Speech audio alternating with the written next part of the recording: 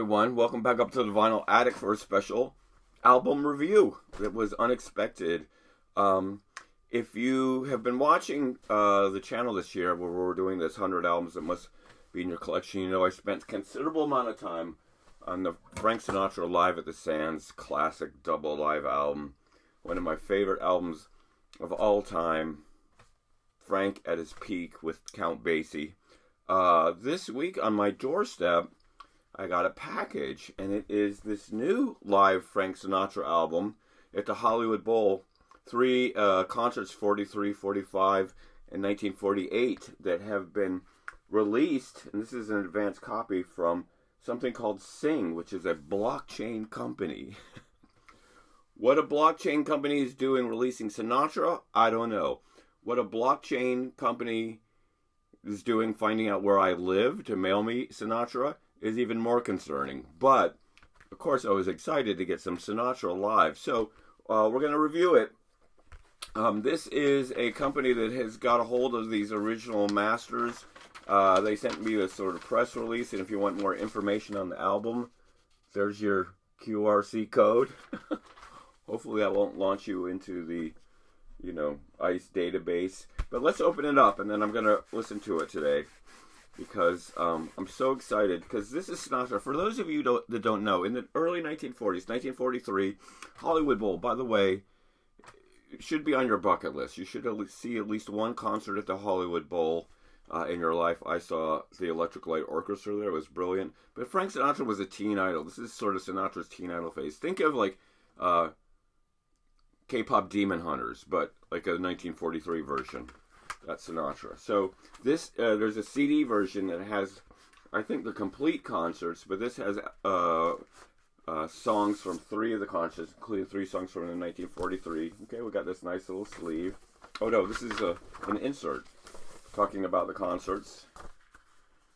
Look at young Frank. Oh my gosh.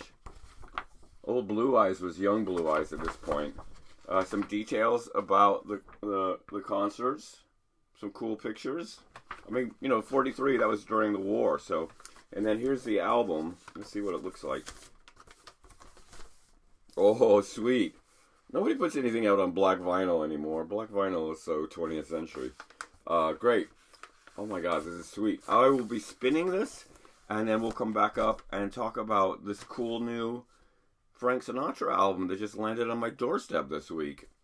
I'm a little freaked out, but also excited. All right, back in a bit. Okay. I'm so happy this album showed up on my doorstep. It's so cool. It's so cool. Okay, so first of all, in the insert, you get a little bit of a history of the Hollywood Bowl and how it was primarily a classical venue there in Hollywood, and how Sinatra sort of helped open it up for pop artists and also helped make them some money. The album starts with 5 songs from August 4th, 1945, which is an interesting time period because it's after VE Day. Hitler was dead, but the war was still raging in the Pacific. But it was 2 days before the atomic bomb was dropped on Hiroshima, so almost before the end of the war.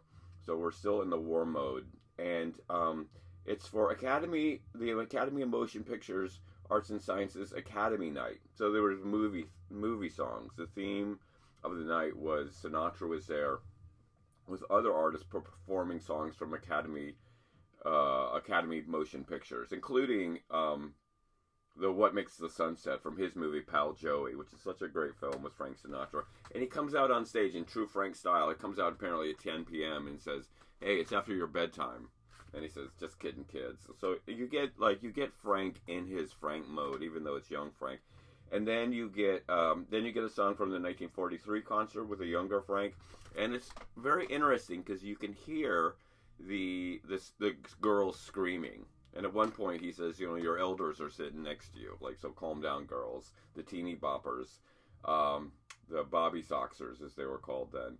The 43 concert was recorded with one microphone, right? Because the 43 concert wasn't meant to be released. In fact, it was only put down on 3 shellac 78s, one going to Frank and two going to two other people involved. So this was actually taken from the shellac pressings on 78, and they used a little bit of AI technology to clean up the sound a little bit, but it sounds great. It has a little bit of an AM radio sound. On side 2, we're getting 3 songs, and by the way, these are highlights from the concerts, which are available in more detail on CD.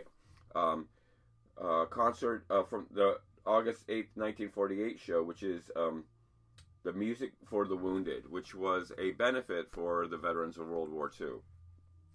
And in this, you get 3 tracks, including Soliloquy, which is a song that Frank played well into the 1990s. He sort of made it a permanent part of his repertoire, and I have a feeling this is sort of where it started here in 1948. And then you get 2 more tracks from the 1943 show with the girls screaming, and it sounds great.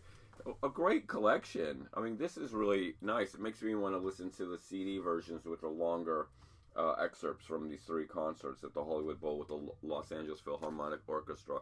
How cool that this would come out in October of 2025 for us to listen to something that was taking place,